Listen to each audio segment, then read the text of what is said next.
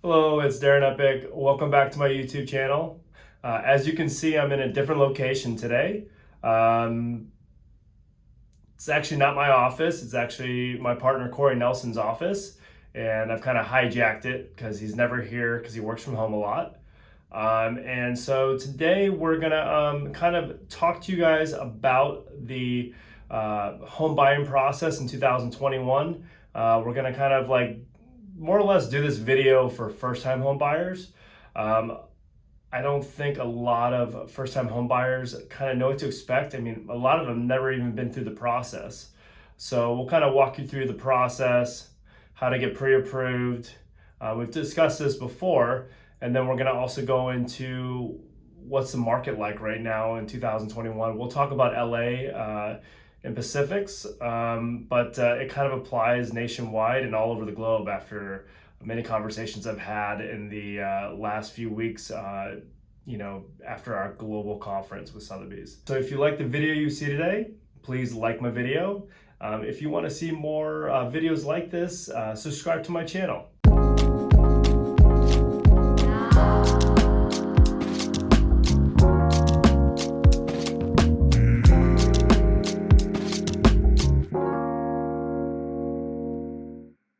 First, the pre-approval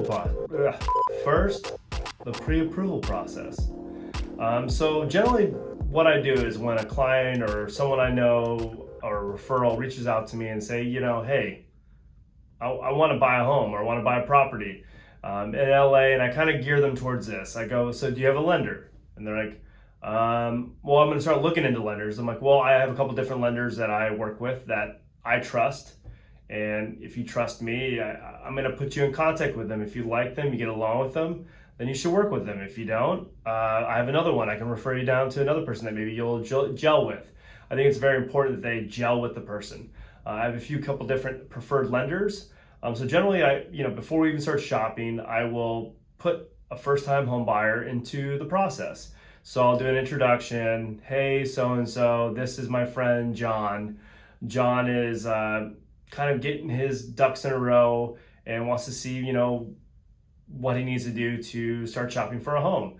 And so then, usually a lender will go on a call and they will kind of walk you through this process where they need your income, they pull your credit, they want to see what your debt, all these different factors, how long you've been employed, etc. And so they want to kind of use this to see what you qualify for. So this takes can take a few days, depending on how quick you get your documents in a row. And then also the amount that you qualify for can depend on your down payment. Now, a lot of people think, and it's funny because almost every person I talk to thinks they need 20% down in order to be competitive or etc. Yes, it helps makes you more competitive if you have a 20% down a lot of times.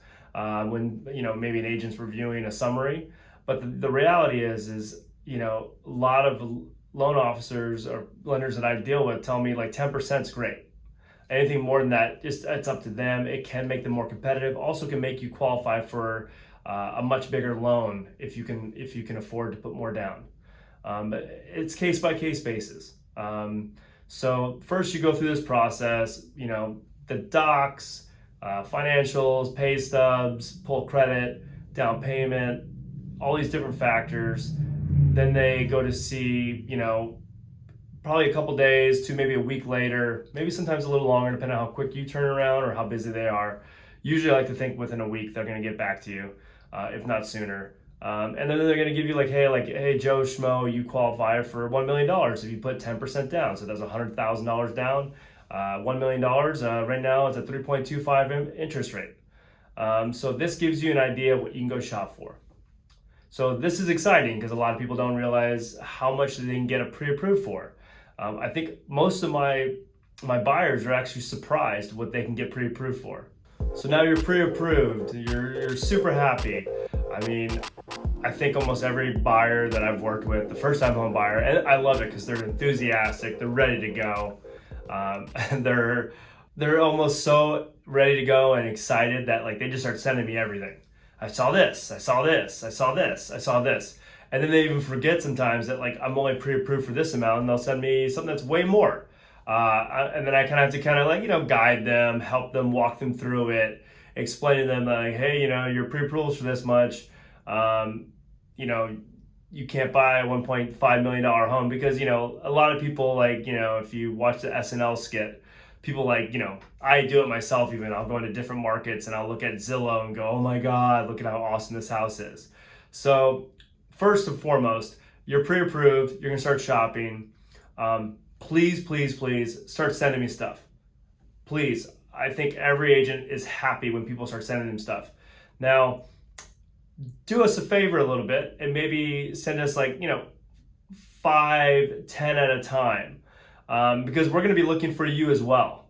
And we need to like, this is going to help us and help you guys kind of fine tune and focus into what your goals are. Because we already know your goals, but obviously they shift. And in this environment, you're pre-approved, you're looking. You need to be flexible, because just because you love, let's say in Los Angeles, Culver City, you may not be able to afford a place in Culver City. In 2021, a lot of markets that people normally love, that they've known for a couple of years, it's tough for them based on their budget to be able to afford something they really like in those areas. So you have to be flexible. You have to start thinking like, what's a great investment? What are better areas? And obviously this is where I guide my first-time buyers to think about where they should go. Like these are emerging markets. Almost every buyer I work with, I explain to them like where things are happening, where's a great investment, because for a first-time buyer, a lot of times this is their starter home, first time buying a property, and they don't have $2-3 million to throw at it in Los Angeles. They're looking at like $800,000 to $1.3 million, and in some areas you don't really get that great of a single family home depending on where it is in LA. So you have to be flexible. The other thing is you have to be patient, because in this environment, especially this year, how it started off with low inventory, like historically low inventory, we're looking at, if you send me a place that I like and you like, odds are a lot of people like it as well. So what that means is, because of low inventory, supply and demand, you're going to have, probably 5 offers, in a week and a half. Now, I'm not saying you should get discouraged. I'm just explaining to you that this is the environment. This is the situation. Can you win a property over others? Yes. Is there opportunities? Of course. Right now with inventory, it's not going to get any better. Supply and demand is there. So, you really need to, just look at it as like, hey, this is the marketplace. This is the way it is. And so once you become flexible and patient and realize that it's a very competitive landscape, and it is really a seller's market right now, and these things should not discourage you. They should just make you aware that this is, the environment you're in to buy a property. So you're going to have a situation where you're going to be up against 3-4 other offers, and you might become the backup offer.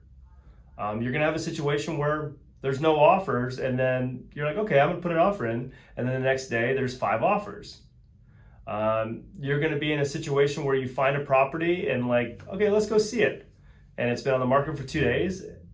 Call the agent after we see it. Yeah, we're not accepting any more offers.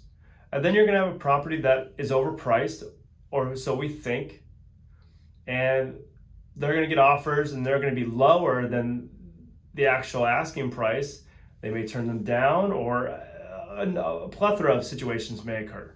One recently was I advised the client not to buy a property or put an offer in because it seemed to us, that it was, to me, that it was overpriced by like $80,000, like 10%. And they got an offer and a backup offer. And, but if it doesn't appraise for the amount that they offered, they have to, based on the appraisal, the buyer would have to come up with a difference to cover or meet them halfway, etc. So unless you're prepared to do that, there's all kinds of these scenarios that are going to play out this year. So I guess what I'm trying to do is explain to you that it's a competitive market right now. The environment is tough. You do have to be patient. You do have to be flexible. I don't want to discourage people, but I also want to be real about it. You have a $1 million budget, you like a house that's $900,000, it may sell for more than $1 million. You may not be able to be competitive. You like a property that's, $850,000 and it's amazing, you're probably going to be super competitive, that little extra. So, and there's no magic wand. I mean, I've seen people like go into escrow on places that you're like, wow, that's an amazing place, and it's sold for just barely above asking. But a lot of places are selling for a good 10%, 5 to 10% over asking if they're priced right. So I just want people to be aware of this is the landscape. There's a strategy behind every way to make an offer to win properties in this competitive marketplace. I can tell you, end of last year, I had these first-time home buyers buy a duplex. It overappraised. They beat out 15 offers. They were FHA. And I always hear that people say, like, it matters about your down payment to be competitive. Well, we came with the strategy that we started higher than everyone else, and then we countered higher than everyone else. So we priced ourselves for them to win the property. They were willing to go put above asking, even with their low, down payment, FHA, 3.5%. I bet they even beat out all cash offers because they offered more. So just because there's all cash doesn't mean you're going to lose to an all cash buyer or someone who wants to put 50% down, 20% down. There are ways to beat out other competitive offers. Even had a situation last year when it was competitive before the pandemic on a multiple offer situation. My client was the backup offer. They thought they were out. We said, hey, you're the backup offer. They still end up winning. They wrote a beautiful letter. I think it helped win over the owner.